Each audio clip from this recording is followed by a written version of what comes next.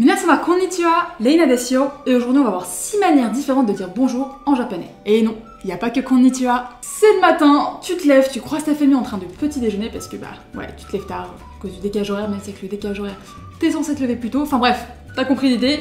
Donc tu te lèves et tu diras Ohayo, qui est le bonjour du matin. Et donc en fait en anglais c'est vraiment l'équivalent du good morning. Le Ohayo tout seul, c'est une forme plutôt familière que tu vas utiliser avec tes potes, ta famille, enfin vraiment avec tes proches quoi. Pour la rendre un peu plus formelle en fait, on va rajouter gozaimasu derrière le Ohayo. Du coup on aurait Ohayo gozaimasu. Et ce Ohayo gozaimasu, on va s'en servir le matin lorsqu'on arrive au bureau. Ah, Ohayo gozaimasu. Parce que en fait 99,99999% du temps t'arrives hyper tôt au bureau et du coup en fait le but c'est vraiment d'arriver avant ton boss. Donc il faut savoir que pour l'Ohayo il n'y a pas de règle dans le sens où en fait tu vas t'en servir tous les matins avec tout le monde, que ce soit Ohayo ou Ohayo gozaimasu. C'est juste cette petite distinction à faire, mais sinon c'est le matin avec tout le monde, tout simplement. Ensuite à partir de midi, l'heure du déjeuner, et oui c'est hyper sacré chez moi, on dira le fameux konnichiwa. Donc c'est le plus basique, donc je pense que la majorité d'entre vous l'ont déjà entendu au moins une fois, que ce soit dans les animes, les mangas, un peu partout, en fait, on a tous déjà entendu le konnichiwa. Et en fait, ce qui est intéressant avec ce konnichiwa, si on le décortique un petit peu, donc là, il s'écrit comme ça en hiragana. Et en fait, si on prend juste cette première partie, qui est konnichi. Alors konnichi, ça veut dire aujourd'hui. Mais là, du coup, tu dois te dire, mais attends, c'était pas kyo aujourd'hui ? Je comprends rien là. Mais en fait, si. Konnichi veut dire aujourd'hui, mais en fait il nous vient de l'ancien japonais. Aujourd'hui, on utilise bien évidemment kyo. Et ensuite on a cette hiragana ha, qui en fait va se prononcer wa. Donc faut faire attention à ne pas se tromper. Et donc en fait ce ha c'est une particule qui va en fait indiquer le thème de la phrase, et c'est la raison pour laquelle il ne se prononcera pas ha, mais wa, parce que c'est une particule. Faut juste faire attention à ne pas se tromper. Donc en fait au cours de la journée, toute la journée, donc de midi, toute la journée quand il fait jour, on utilisera konnichiwa. Donc il faut savoir qu'au Japon, le soleil se couche très tôt, enfin assez tôt, donc vers 17-18h. Je sais que dans certains pays c'est la même chose, dans d'autres il se couche beaucoup plus tard.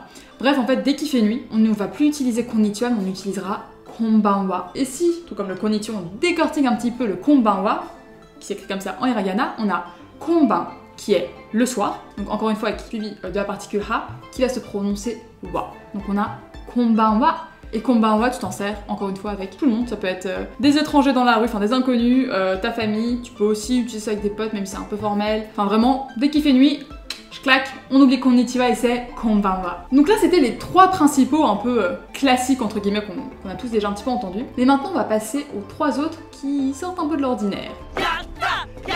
Et on va donc enchaîner avec le Hisashiburi, qu'on va utiliser en fait lorsqu'on revoit une personne que t'as pas vue depuis très longtemps. Et donc en français ce serait l'équivalent du ça fait un bail, ce qui en japonais va donner en fait Hisashiburi. Donc faut bien presser le en mode c'est un petit effet de surprise genre Hisashiburi, qui veut donc dire ça fait un bail.